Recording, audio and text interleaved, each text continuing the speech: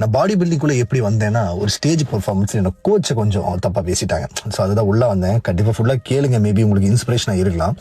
நான் 2017 ஃபிட்னஸ்குள்ள ஏதாவது சாதிக்கணும் அப்படின்னு உள்ள வரேன். அப்பதான் கோச்சா இருக்காரு. 2018 அவர் நினைக்கிறேன் அவர் வந்து பார்ட்டிசிபேட் பண்றாரு. அவர் வந்து நேர்ல வா, உனக்கு இன்ஸ்பிரேஷனா இருக்கும் அப்படிங்கிறாரு. சரி ஓகே, ஏன்னா பார்த்ததே கிடையாது பாடி பில்டிங் அப்படின்னு. நான் அவர் கூட போறேன். நானும் இன்னொரு பையன் ஃப்ரெண்ட் ஒருத்தர் போறோம். அவர் கூட போறோம். பட் கிரீம் அப்ளை பண்ணோம், கேட்டரி கூப்பிட்டே இருக்காங்க. அப்ப குயிக்கா எனக்கு அப்ளை பண்ணணும். இதெல்லாம் அவருக்கு கூட தெரியாதுன்னு நினைக்கிறேன். இதை பார்த்தது அவருக்கு தெரியும். பட் எனக்கு அப்ளை பண்ண தெரியாது. ஏதோ பண்ணணும்னு நினைக்கிறேன், பண்ண முடியல. அப்போ அவரோட சீனியர்ஸ் அங்க வருவாங்க, அவங்களோட அத்லெட்ஸ், அவங்களோட சீனியர்ஸ், அது சீனியர் பாடி பில்டர் வராங்க. அவங்க ஒரு கேங்கா வந்தாங்க. கடைசியில் அவங்க தான் வந்து கிரீம் அப்ளை பண்ணி கொடுத்துட்டு இருந்தாங்க.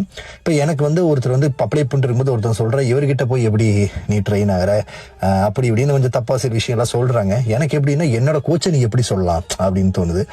அப்போ நான் என்ன சொன்னேன்னா, நீங்களே போங்கடா, நானே கிரீம் பூசிக்கிறேன் அப்படின்னு சொல்லலான்னு தோணுது. எனக்கு எப்படின்னு தெரியல. பட் அப்படியே செம கோவம். பேக் ஸ்டேஜுக்கு போறாரு.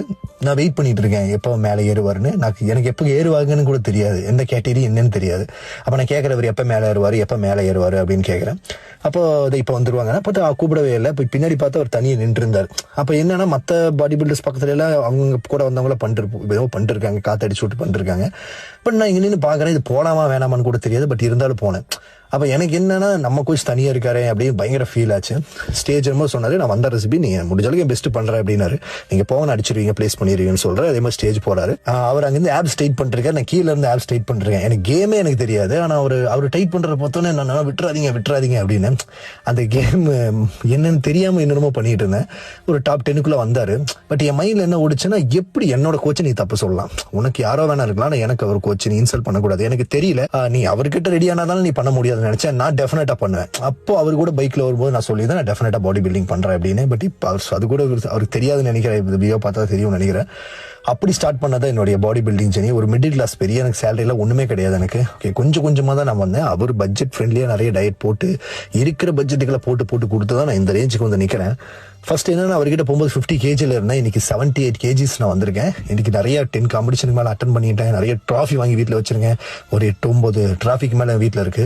பட் என்னன்னா, ஒரு நல்ல ஒரு கோச் வேணும்னா நீ ஒரு நல்ல சிஷியனா இருக்கணும். பட் இப்ப யாருமே அப்படி கிடையாது. நான் நல்ல சிஷியனான்னு எனக்கு தெரியல, நல்ல ஒரு ஸ்டூடெண்டான்னு எனக்கு தெரியல.